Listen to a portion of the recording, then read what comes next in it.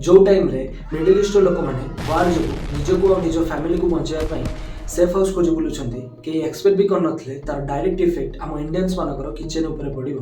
Previous किसी घंटा भितर इंडिया मेजर सिटीज रे एलपीजी गैस शॉर्टेज जो food related business PG related business आउ बहुत सारा फैक्ट्री बैडली इफेक्टेड होती। According to some research Mumbai रे 20 to 30% कैफे बा स्मॉल रेस्टोरेंट को टेम्पररी टाइम पे बंद कर दिया जाइए। जदि 2-3 दिन भितर ये सप्लाई चेन को कंट्रोल सिचुएशन को न अणा जाए शायद बहुत सारा कैफे कल्चर बा रेस्टोरेंट को टेम्पररी टाइम पे शटडाउन कर दिया जाए पारे। एलपीजी गैस डिमांड बढ़िबारु एलपीजी सिलिंडर रो प्राइस भी धीरे धीरे बढ़िबार लागिछि एंड ब्लैक मार्केट रे भी गोटे गोटे सिलिंडर को 2-3 गुणित रेट करके बिक्री कर दिया जाउछि। ए सब सिचुएशन होबार पास गोटे कारण गोटे नैरो ट्रेड रूट को टेम्पररी टाइम पे बंद कर दिया जाइछि।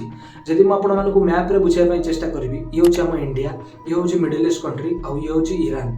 ए ईरान अंडर रे थिबा a short trade route which is called as the strait of Hormuz जहा द्वारा विश्व को 20% तेल ए रास्ता देके एक्सपोर्ट करा जाए।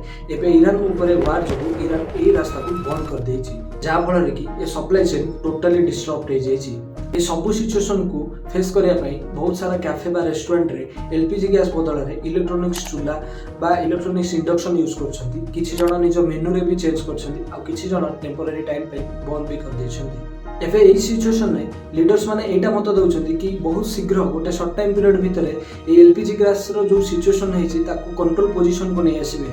बट गोटे प्रश्न उठुछि कि टियर 1 टियर 2 सिटीज रे ए सिचुएशन को कंट्रोल पोजीशन को आनला भितर एपटे मिडिल क्लास फैमिलीज रो मासक रो बजेट ही हली जाउछि। एलपीजी गैस सिलिंडर रो रेट बढ़िबारु लोक माने एबे रास्ता ऊपर प्रोटेस्ट करिया भी स्टार्ट कर सालेनी। आम देशर अधिकांश टैक्स ए मिडिल क्लास फैमिलीज रो ही आसुछि।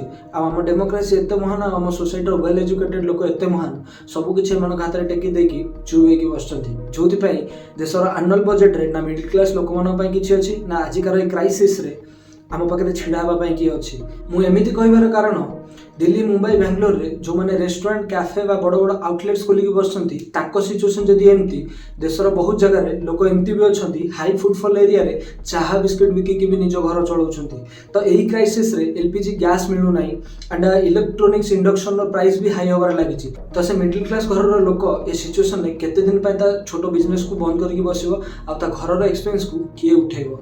ए सब सिचुएशन बस हमको गोटे जिंस ही शिखौछि राइट टाइम रे राइट डिसीजन न नेले राइट पर्सन को चूज न कले सबु बेले आम मिडिल क्लास लोक मानकर डेली लाइफ खाइबा रहिबा इवन कि आम पॉकेट ऊपर सबु बेले एमती इफेक्ट पडुथिबो।